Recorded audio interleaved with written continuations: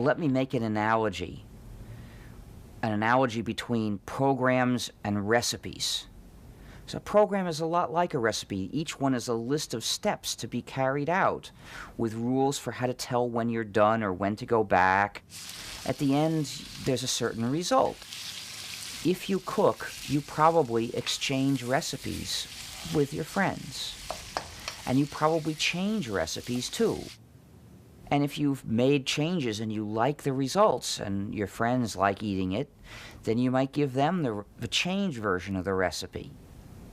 So imagine a world where you can't change a recipe because somebody has gone out of his way to set it up so that it's impossible to change it. And imagine that if you share the recipe with your friends, they will call you a pirate and try to put you in prison for years.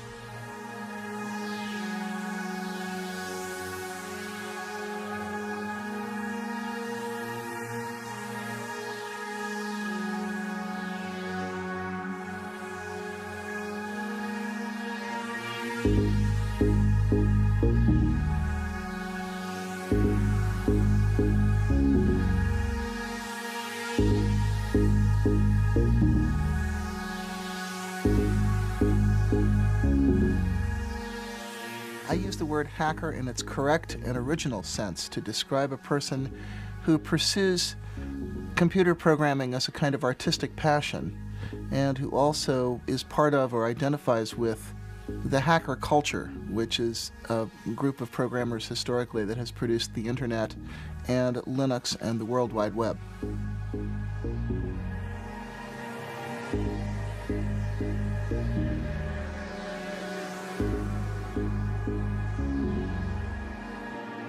I guess you have to be a hacker in order to understand the specific mindset.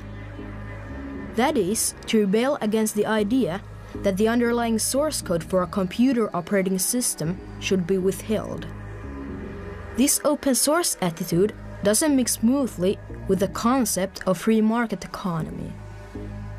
It is also a threat to the traditional concepts of copyright and intellectual property. Companies like Microsoft that base their business on closed source code have tactically molded free software into an image of a monster of almost McCarthyian proportions. All this made up one of the strangest success stories of the 1990s, epitomized by the community's gifted leader and invaluable icon, who planted the seed for a movement whose ramifications continue to spread. Linus Torvalds har skapat ett datasystem som har slagit hela branschen med häpnad. Linux, an operating system that now runs 8 million of the world's computers. Wired-lehti julistaa tämän nuoren miehen Väinämöisen veroiseksi shamaaniksi, jonka kehittämä Linux-käyttöjärjestelmä on internetin upein mestarituote. Torvalds' decision to distribute Linux for free and reveal its underlying source code has made him a quasi-cult figure. Linus Torvalds datageniet som drömmer om att fälla Microsoft-jätten Bill Gates. Hur går det? Det finns de som säger att Linus Torvalds har åstadkommit ett mirakel.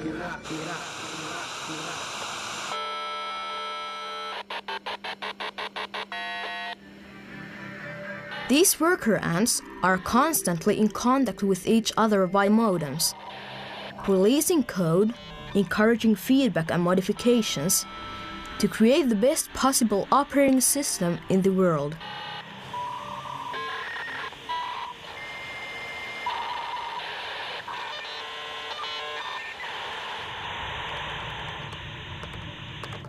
I didn't want anybody else to have to go through the same thing I had. We were trying to find something like Linux, so I decided, maybe some other computer science student out there needs his own operating system. Then he doesn't have to start from scratch. It wasn't the big fight against the windmills. It was not Don Quixote against the world trying to make a better place.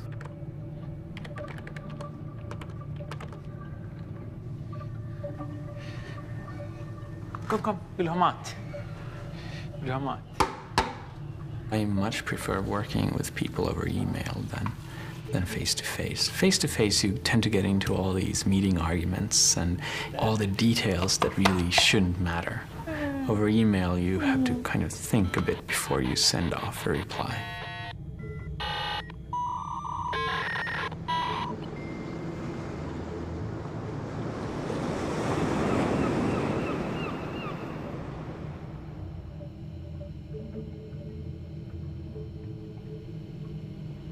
Just because we're not in the same place doesn't mean that we aren't sort of together in a social sense. It's like one very, very large shared office. We even have our arguments and squabbles over the internet in the same kind of way. I mean, this is a huge project. There has never been a software project that I know of that's been worked on by so many people from so many dispersed places to put this all together.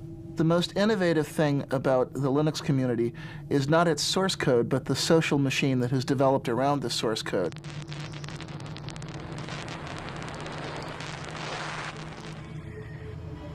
What Linux is, I suppose I would say every computer is different.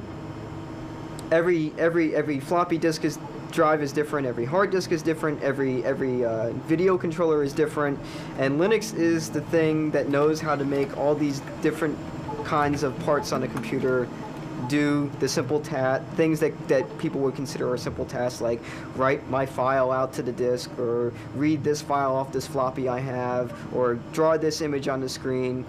Linux knows how to talk to these different pieces of hardware and make them do the common operations that we need computers to do every day. What do we mean when we say Linux?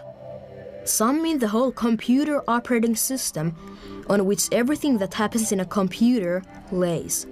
Some say Linux, pinpointing at the single most important program, the kernel.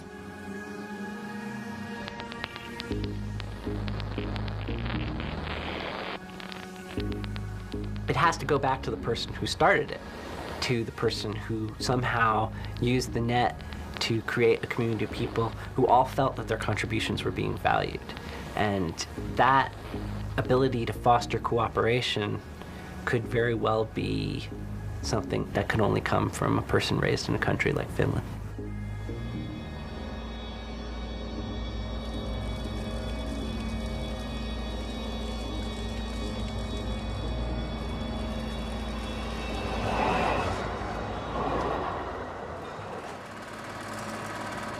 "1969. It seems to have been such a good year. The landing of the moon, Woodstock, the birth of ARPANET that led to internet. The first steps of Unix, the operating system for big computers. And on the 28th of December, Linus Torvalds is born." Alla barn lär sig huvudsakligen genom att de leker. Och av den orsaken tror jag det var till och med oerhört viktigt för Linus att han kom in i datavärlden när datamaskiner ännu var så enkla att det också för en 10-12-årig pojke var lätt att begripa vad som fanns inne i den här maskinen. I dagens värld så finns det så många lager av information och bilder och invecklade grejer emellan det som kommer ut i datamaskinens skärm och det som finns bakom inne i maskinen. Det tror jag är oerhört svårt för dagens pojkar och flickor att leka sig fram till den insikt som Linus lekte sig fram till.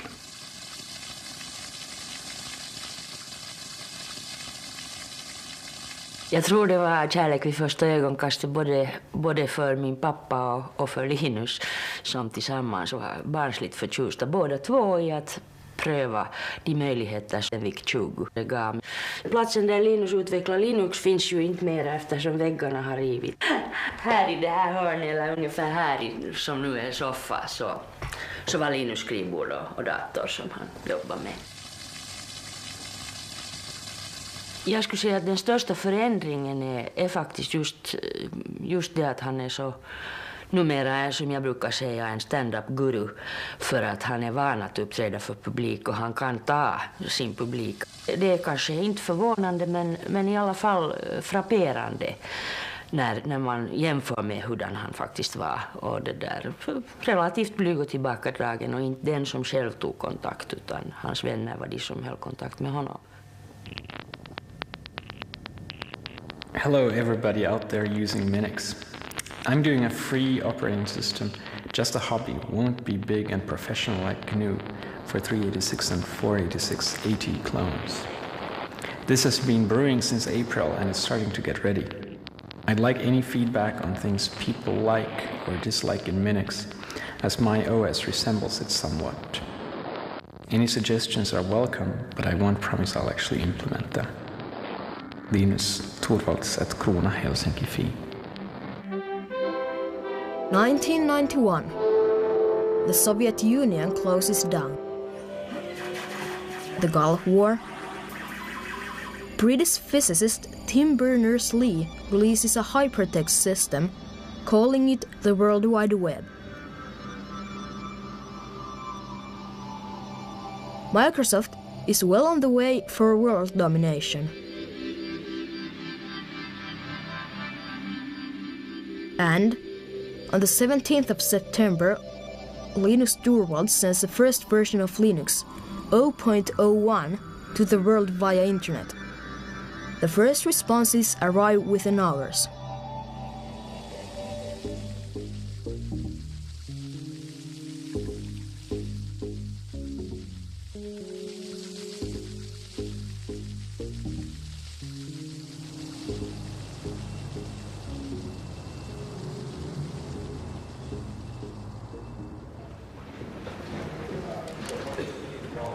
Siitähän alkoi ensin kuulua tuolla kahvilassa kertomuksia, että tällainen ohjelmisto on ja että se on alkanut levitä.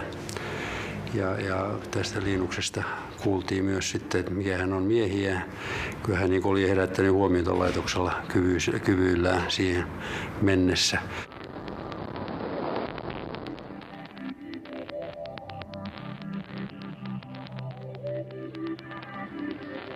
Linus based Linux on Unix because of its basic ideals.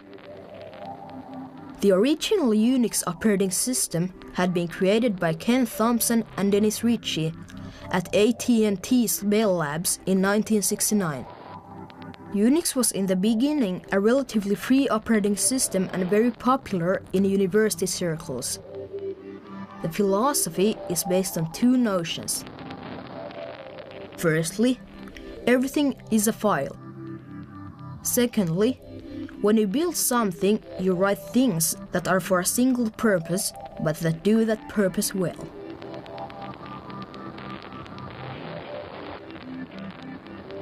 Putting Linux out on the net was kind of the natural thing to do in many ways.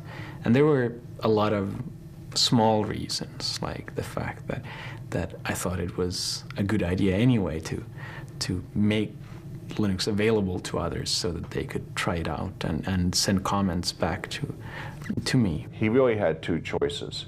He could make it completely free, or he could try and charge for it. Linuxista ei olisi tullut yhtään mitään, jos hän olisi ottanut siitä taloudellista hyötyä, myynyt sitä. Ei kukaan olisi ostanut sitä. Se olisi ollut ihan dead end. Siitä onkin vähän aikaa, kun täällä viimeksi olet käynyt, että tässä on jo vaihdettu Linuxin jakelukone 3. uuteen versioon. Että... Joo. Meillä oli aluksi vaikeuksia saada Linux-kamat mahtumaan niille. Näin oli, joo. Alun perin Linus ei halunnut julkistaa Linuxia mitenkään vapaaksi. Se mietti sitä hyvin pitkään, että minkälaisen copyrightin alle Linux laitetaan. Ja sitten mä sain pikkuhiljaa ylipuhuttua Linuxin julkistamaan Linuxin GNU-copyrightin alla. Especially as the compiler I used was released under the GPL, I eventually ended up using the GPL myself.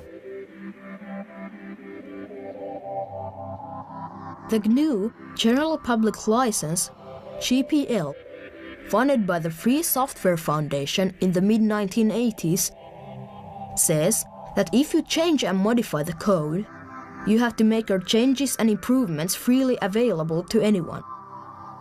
The GPL hinders any one person to have a monopoly over an important piece of technology.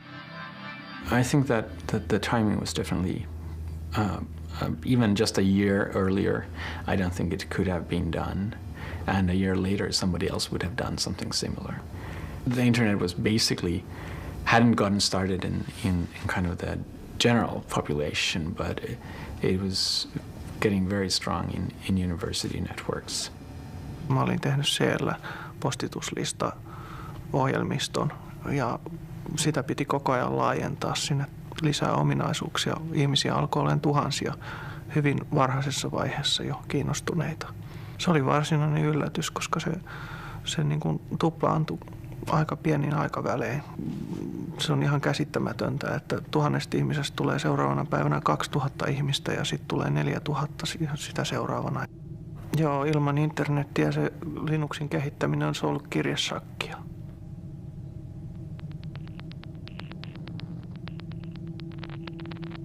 My name of choice was Freaks, F-R-E-A-X, which was both the free and freak plus the X that you need to have for Unix. En tykännyt ajatuksesta nimittää sitä Freaksiksi. Se ei ollut kauhean myyvä nimi.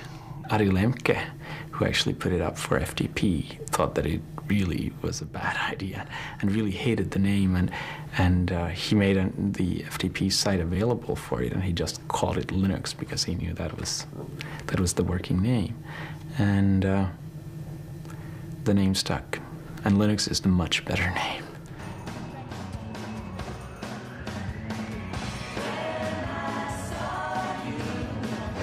All right, we've got an impressive set of geeks and nerds here. And the first question is from the easy category. How do you pronounce Linux? Well, I pronounce Linux as Linux. However, the total answer to that is, if you are Linus Torvalds, you probably pronounce it as Linux. On the other hand, if you come from the West Coast of the United States, you pronounce it as Linux. And as he said, he doesn't care how you pronounce it as long as you just use it. It was in July of 1991, which was shortly after Linus had released the 0.09 version of the kernel, that I started playing with Linux. Heard about it on, I think, Usenet, downloaded it from Finland, started playing with it, thought it was really neat. And at that point, there was very limited transatlantic internet bandwidth. So it was very painful to download all these packages from Finland. And so I decided, well, we need to do something about this. And I used my personal workstation that was on my desk, which was tsx11.mit.edu, and I set up a mirror archive of all the kernel sources on my private workstation. And that was the first US Linux FTP site that came into existence. The first time I got Linux was I downloaded the floppy images for Linux, and in the Penn State University computer lab, I installed it on one of their machines, and they subsequently kicked me out of the computer lab that day. But that was my first experience with Linux.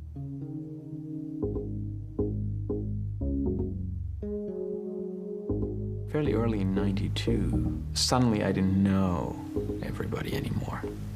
That it was no longer me and a couple of friends.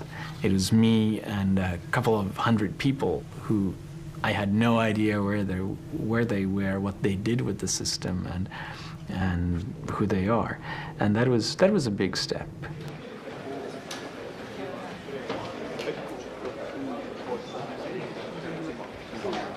The 1.0 release in '94 was certainly important, and it meant a lot to me just because there was a lot of work behind it. It was certainly a landmark to commercial use of Linux. It was really hard to use Linux commercially before 1.0. Toivotan teidät tervetulleeksi tähän Linux-käyttöjärjestelmän julkistamistilaisuuteen. Miksi tämmöistä Unixia ollenkaan tehdään, varsinkin tämmöisessä yliopistoympäristössä, on se, että niitä kyllä on olemassa PC-koneillekin, mutta niiden hintataso on erittäin korkea. Eli kun esimerkiksi DOS nostaa kotikoneeseen 200 markalla, niin tommonen Unix-kotikosekone, sen maksaa helposti parikymmentä tuhatta markkaa, mikä on opiskelijalle hiukan liian paljon. Menkää vaikka jonnekin tietokonekauppaan, niin kysykää, että onko teillä SCU Unix, niin ne katsoo teitä kysyä ja sanoo, että ei, emme. Itse asiassa paljon helpompi kirjoittaa se itse. The development process of Linux is odd. It is not a hierarchy where everyone is free to suggest and send changes to the code. There's one person who leads, makes the big decisions, and chooses the best ideas. Linus, the benevolent dictator. Everyone knew that someone had to be the head of this work group, and Linus was the natural head given that he did the original core Linux kernel, and Linus was someone who was a very, very good leader. He's someone who's actually quite humble. You know, he doesn't try to take credit for stuff that he doesn't do.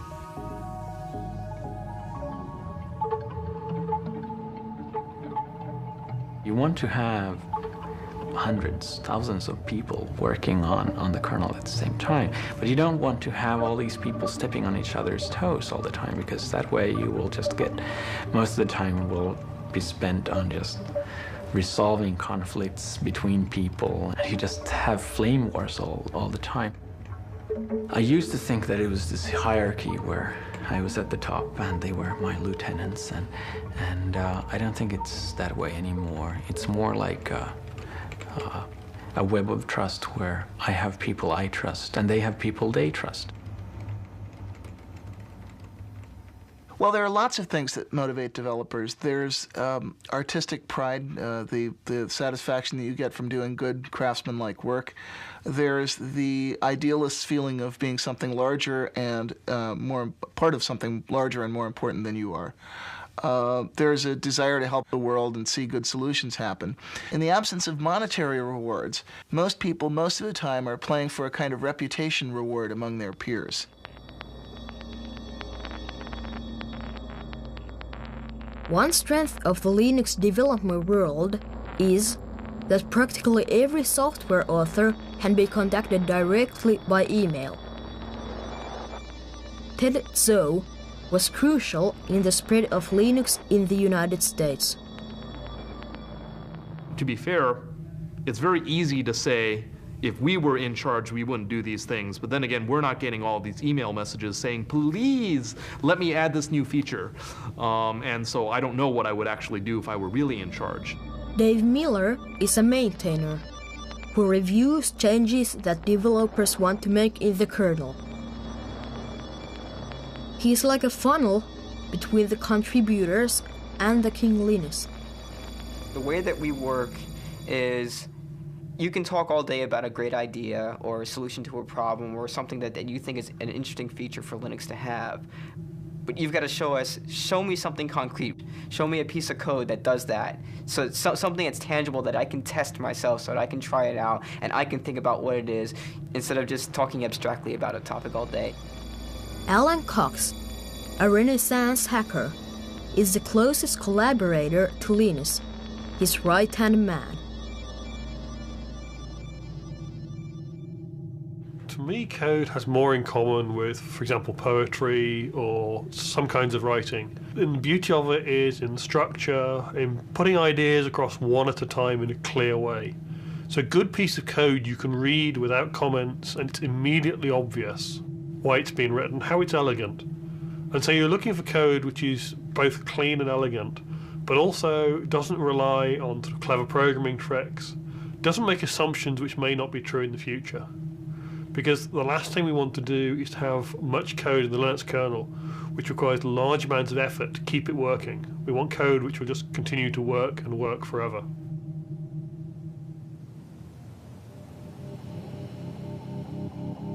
Having led the Linux project for 5 years in Helsinki, Linus was recruited to Silicon Valley, California.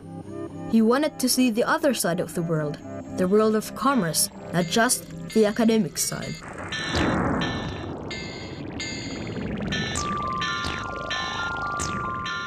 You're quite an unorthodox figure in the Silicon Valley world. What do they make of you there? You've not taken the crazy commercial path, if you like. Feel like a king of America. Southbound Railroad Parkway. The weather's quite like the Antarctica. You're never alone in Silicon Valley, USA. Seems I was the chosen prodigy, writing for the sonnets by Shakespeare. Some sort of alchemy, we couldn't even get near. The make didn't inherit the earth. The geeks, we found the web, we'll probably sell the shares as soon as you can. Get out and go on to the next thing. Retire young, could have been the king of America. The weather's quite like the Antarctica. Southbound Vertigo Parkway. Linus started to work for a company called Transmeta. Not a Linux company, but a mysterious business that didn't want to tell for many years what it was up to. And paradoxically, a closed source code company.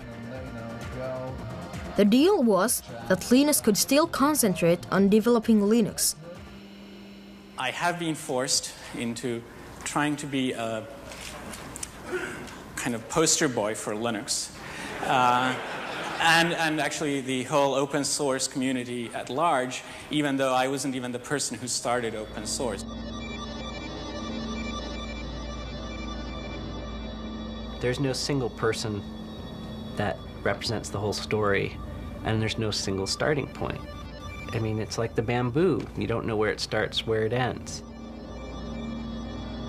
I don't think that this movement is actually new at all. It's been around for a long time. Even in the 70s, the whole attitude that we had around Unix, even though technically it wasn't open source, it wasn't free, because you did need to go and get this license from AT&T, but since that was not an issue generally, you could share things freely. When you run a program, typically you run the executable form, which is a series of numbers. Now, nobody can make any sense of those numbers. Only a computer can understand them. That's what they're for. Those numbers are the form of a program that the computer itself can understand. But for humans to figure out what they mean is very hard. When we write software, we write it as source code. Source code looks sort of like algebra. That's the form that you can understand if you're a programmer. To help you figure out, there are usually lots and lots of comments, which are explanations that are put into the source code to help other people figure out why the program is written the way it is. If you get just the executables, which is what Microsoft will probably give you, even if you had the freedom to make changes, you could never figure out what changes to make. It's too hard. For the freedom to change the software to be practical and usable, you've got to have the source code. If you really look at the project, if you really look at as I said, Linus developed the kernel, but the whole system is really not. I think that the most interesting part here is really Richard Stallman began the movement. Have you heard of Richard Stallman? He wanted everyone to have the rights to use the software, to copy the software without breaking any laws, to make changes, distribute them, enhance it, right? He wanted to give people rights. When he decided to overthrow corrupt American capitalism in the computer industry, he quit his job and he continued coding. Join us now and share the software. You'll be free, hackers. You'll be free.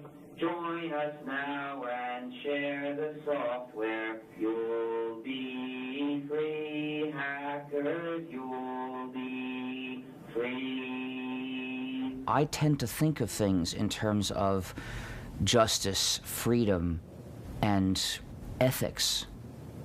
I announced the idea in November '83, but it was in January '84 that I quit my job at MIT to start developing a free operating system, to which I gave the name GNU.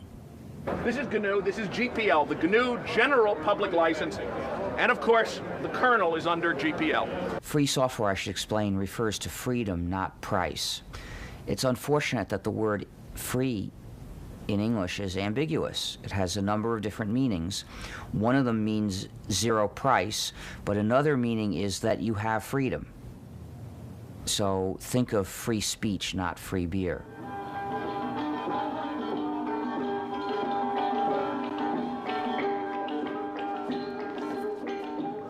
There is a similarity between the folk process, where a poem or a song or a story can get refined and reshaped by one teller or singer after another, and the way free software gets improved.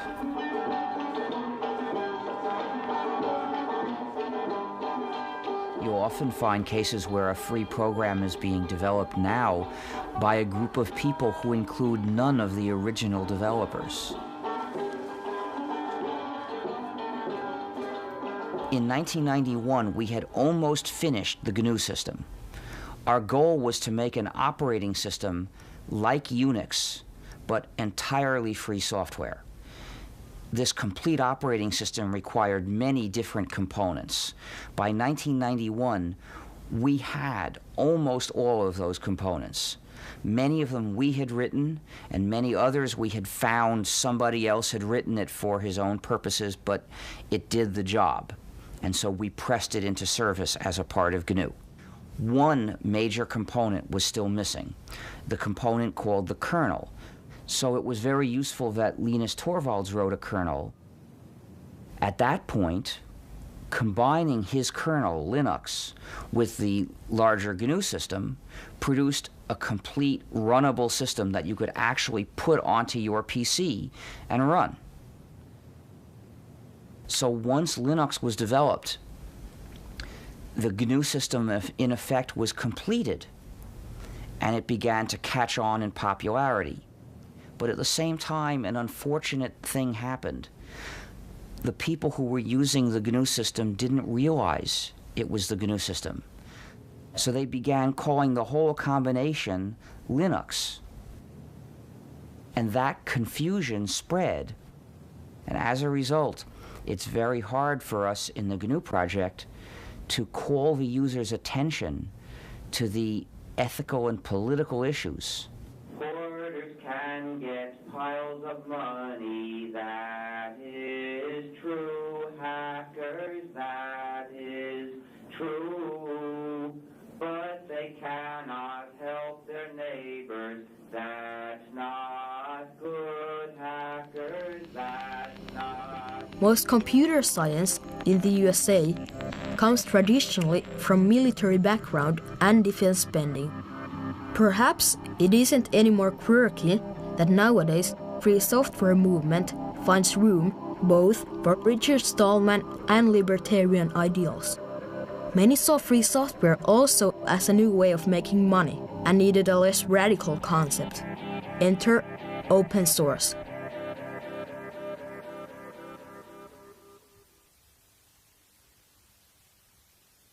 We looked at the history of advocacy in what at the time was still mostly called the free software movement, and we concluded that it hadn't worked. That in fact the rhetoric and the tactics used by Richard Stallman and the Free Software Foundation had probably left us worse off than we were when we started. The term open source doesn't really imply a lot of political issues like it used to. The free software term still does.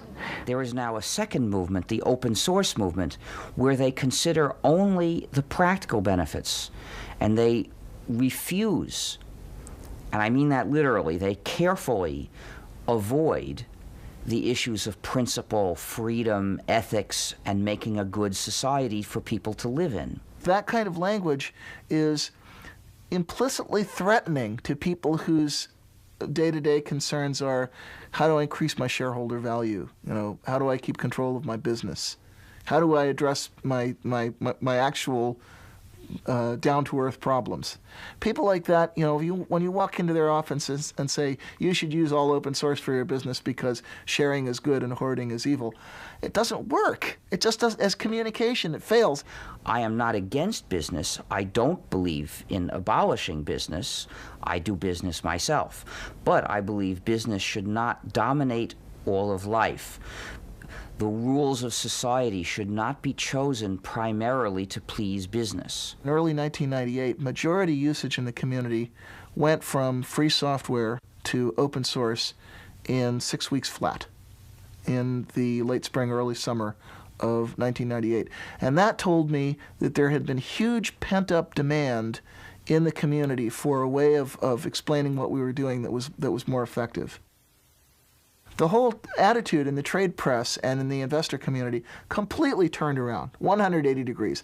The same people who had spent years and years and years sneering dismissively at free software and talking about sandal-wearing freaks with long hair, those very same people within a year were falling all over themselves to write laudatory articles about the wonders of open source and peer review. And this was really funny because it was the same software and in most cases the same people.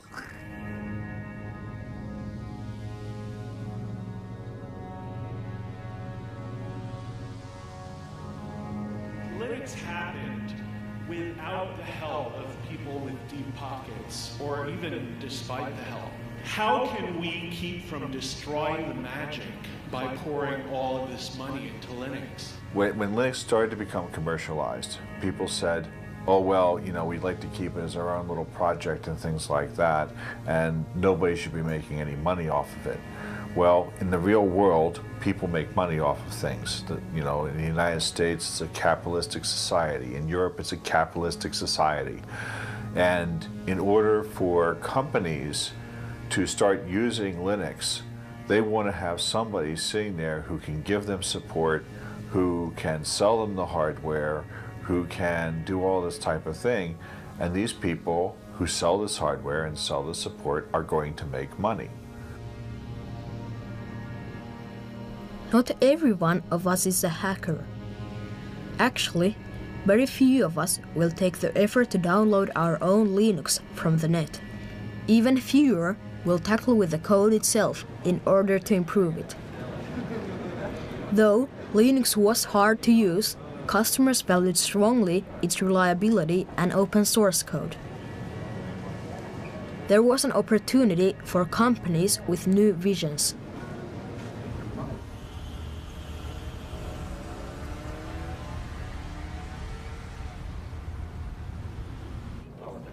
For Red Hat, it wasn't important that we ship a better operating system than Microsoft's or Sun Microsystems. It becomes really important that we ship an operating system that solves a problem for our customers that they cannot solve using the traditional proprietary binary-only software. We're recognizing what we were doing was we were building technology and then giving it away. So we said, well, how do you make money doing this? And of course, we would go to California, to Silicon Valley, and everyone would say, well, you cannot make money in the software business giving your technology away. And we would come back and we'd talk to our customers and we'd realize the only thing that kept our customers loyal to what we were doing was that we did give away our technology. For the very first time, they had control over the technology they're using. The real value in most software products is the active maintenance down the line, the continuing support relationship between the vendor and you. And that's what gives software fundamentally the characteristics of a service industry rather than a manufacturing industry.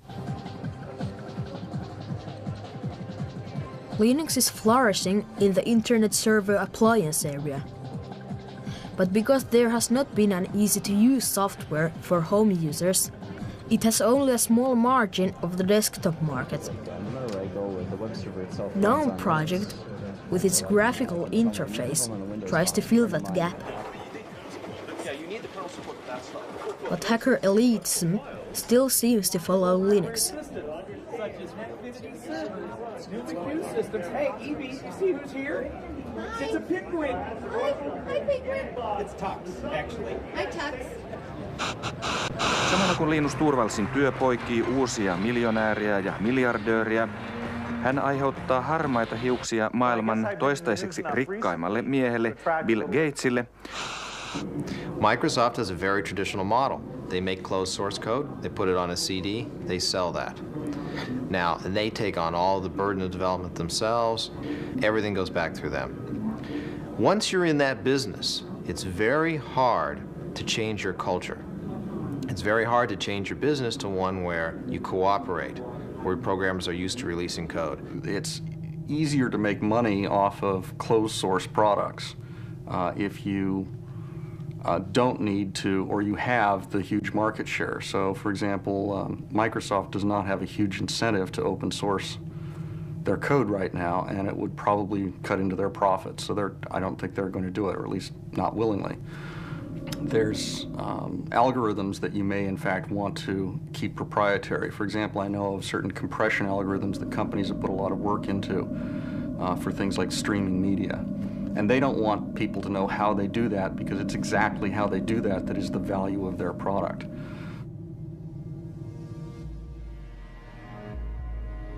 Fighting between Linus, who's the leader of Linux, and Bill Gates, who's the leader of Microsoft, and it becomes really personal. And for our bizarre question, whose lips are these? I'd say these are Bill Gates' lips telling another lie.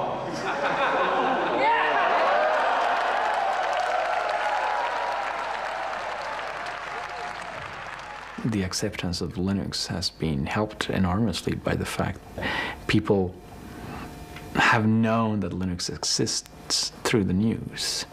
And the David versus Goliath story helped there, but I don't think it was particularly true.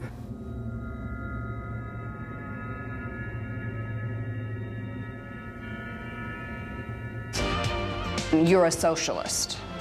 That's one of the labels people put on. Is that true?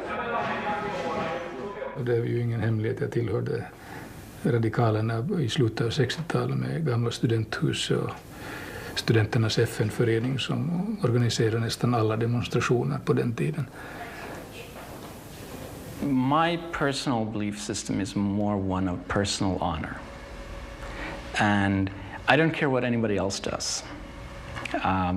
I want to do what I feel is right. Att Linus håller sig oerhört på ett mycket bestämt avstånd från det där, från politik, och det hänger säkert ihop med att han så att säga skadades lite under sin tidigaste barndom av en mycket aktiv och politisk far.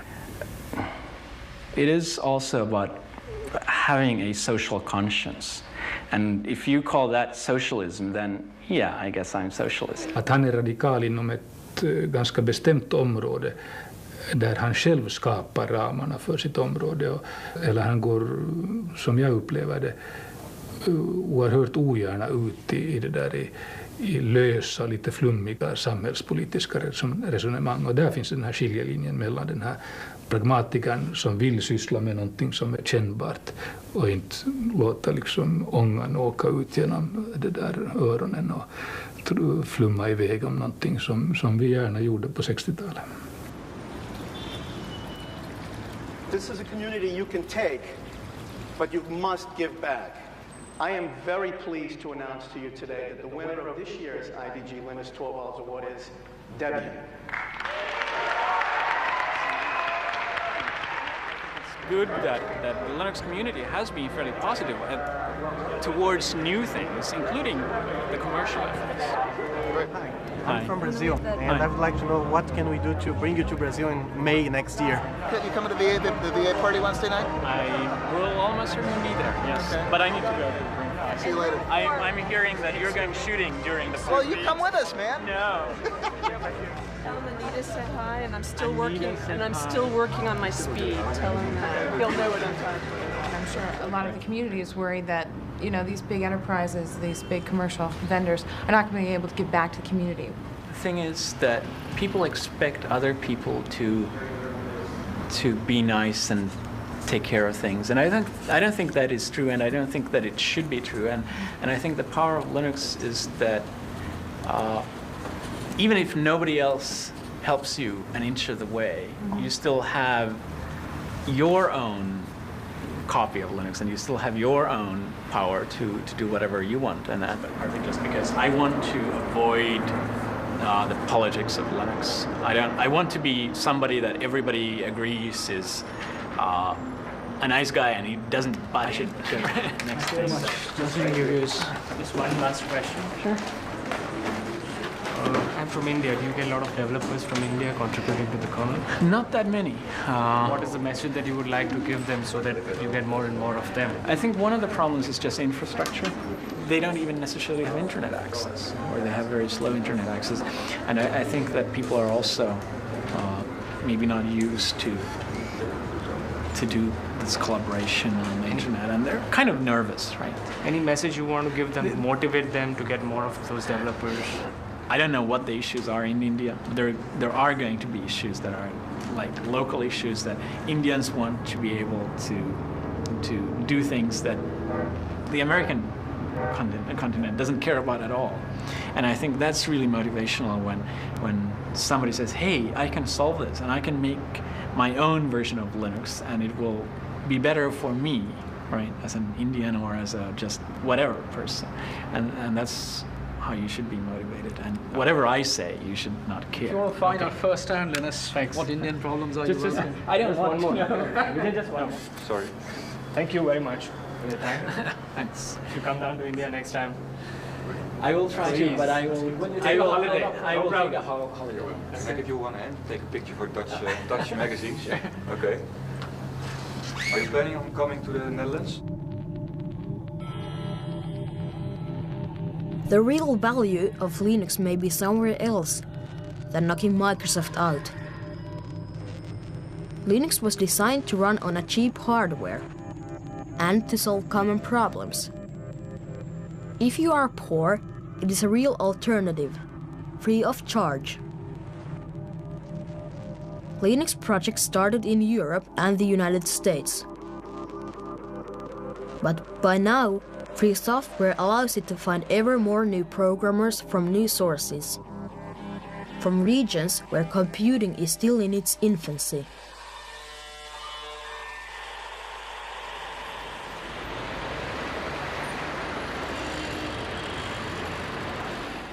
因为你也知道，中国这个整个在信息产业方面，在世界就比较落后啊，落后于世界那个发达国家有很大的距离。那么中国在发展过程中，希望尽快赶上去。那么赶上去的话，我们要有借助国外的很多经验。那么其中，比如说对于操作系统，我们是非常重视的。那么虽然原来我们基于像 Unix 我们也做了一些工作开发，但是由于在市场观念不对，我们这方面发展不是很好。那么 Linux 是一个很好的机会，给我们提供了可以学习世界上先进技术的这么一个基础。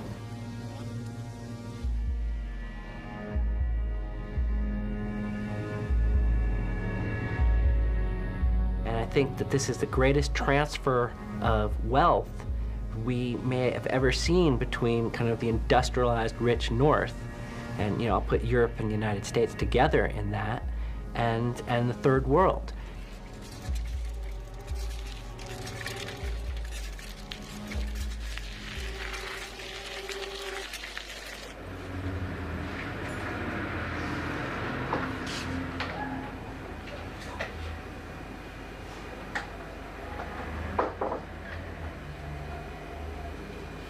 就是open source， 就是开放源代码。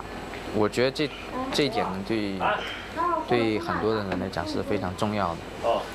因为我毕竟是很喜欢哲学，所以我很多时候喜欢从哲学的这种角度来看，就是说，我觉得它是比较符合科学精神，就是说把这些知识共享，就不会有任何的隐瞒。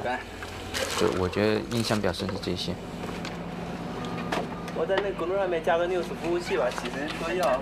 好啊。我加完了再跟你们说吧。OK。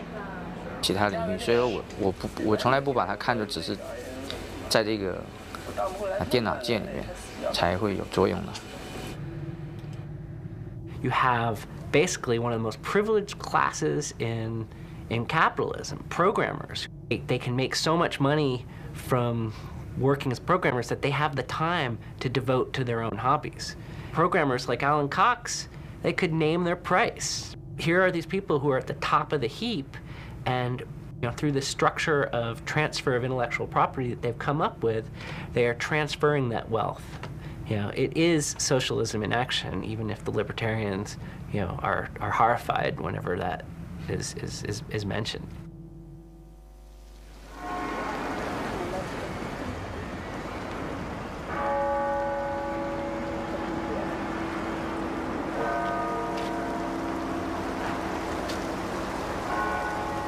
Open source projects have been compared to the way science is created.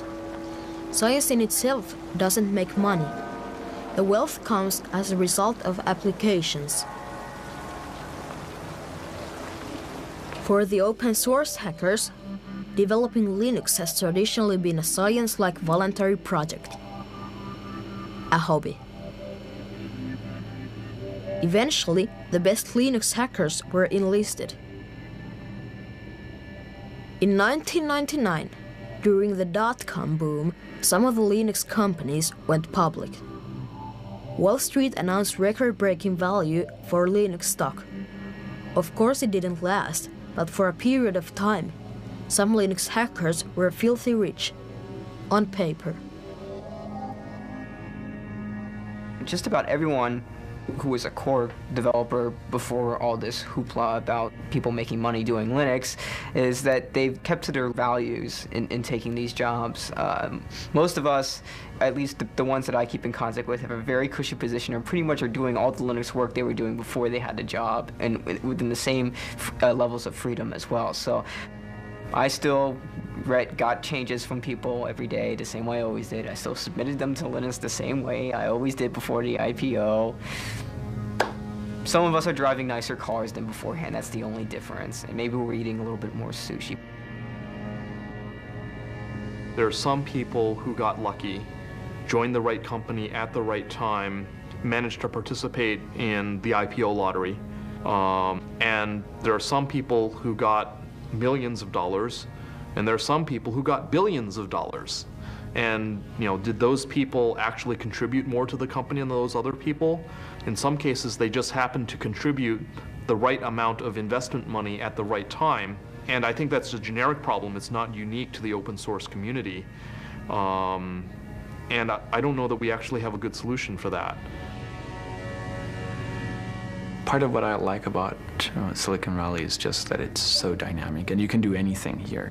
And even the money-grabbing approach, I mean, even if it's slightly tasteless, especially when you come from Europe, it's a really good motivational factor, and it's a really good way of getting things done.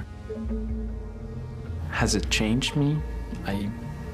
I assume so. I mean, it's not the same. I'm not the same person I was when I moved, but I don't think it's made me all that more money conscious than I used to be.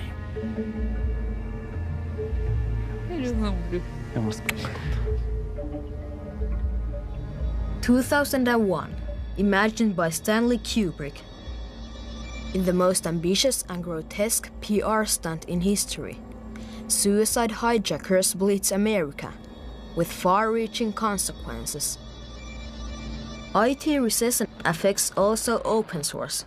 No longer does Linus have to act in public all the time, as an enlightened philosopher ruler, harassed by the media. But the coolness of Linux still intact. The phenomenon disappears into gadgets, invisible pieces of technology for households and entertainment industry. Gradually, many of us turn into Linux users when the code infiltrates our clocks, toasters, and mobile phones. As for bigger ideals, it could be one of the greatest missed opportunities of our times. If free software liberated nothing but code.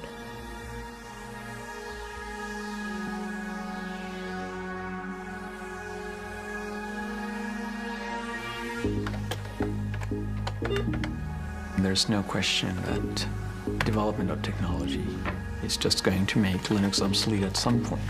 And the question is just how long will it take? Andy, jo, inte krafts.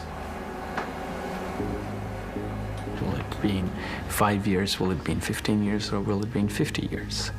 And I think one of the powers of open source is that in 50 years, the next operating system that's the best at the time will be able to take advantage of the source base that Linux had. I mean, the source code itself is to some degree the memory of Linux, and people can always use that as a kind of blueprint. But there's more than that. There's also the intangible issues about why things were designed certain ways. And I think those certainly are out there, even if I weren't out there.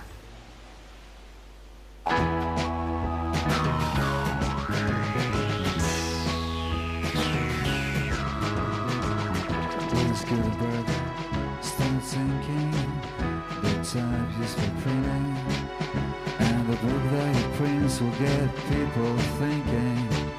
Let's look in the little room is setting, start to imagine a Bible, not the Latin, but the language we're swearing and eating and chatting. It's like this that it happens, like this that we see. Big changes through a human history, not by some powerful authoritative decree, but by tiny incremental degrees.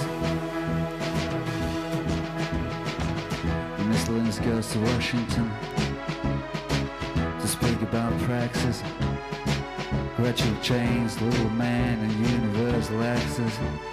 Linus against Goliath with nothing else to fill, but sling a little stone in the face of Big Bill. But Linus Jefferson's give the strings that lose, and it changes the way the world plays the blues. It's like this that it happens, like this that we see. Big changes through human history, not by some powerful dictator's decree, but by tiny incremental degrees. Like a butterfly in Helsinki fluttering its wings, producing hammerhead storm clouds over Beijing, when Hermit-like programs become a community, and information achieves its manifest destiny, but to be free. It's like this that it happens, like this that we see. Big changes through human history, not by some powerful dictator's decree, but by tiny incremental degrees. It's like this that it happens, like this that we see. Big changes through human history, not by some powerful dictator's decree, but by tiny incremental degrees. It's like this that it happens, but that's what we see. Big changes throughout human history. It's like this that it happens, like this that we see. Big changes throughout human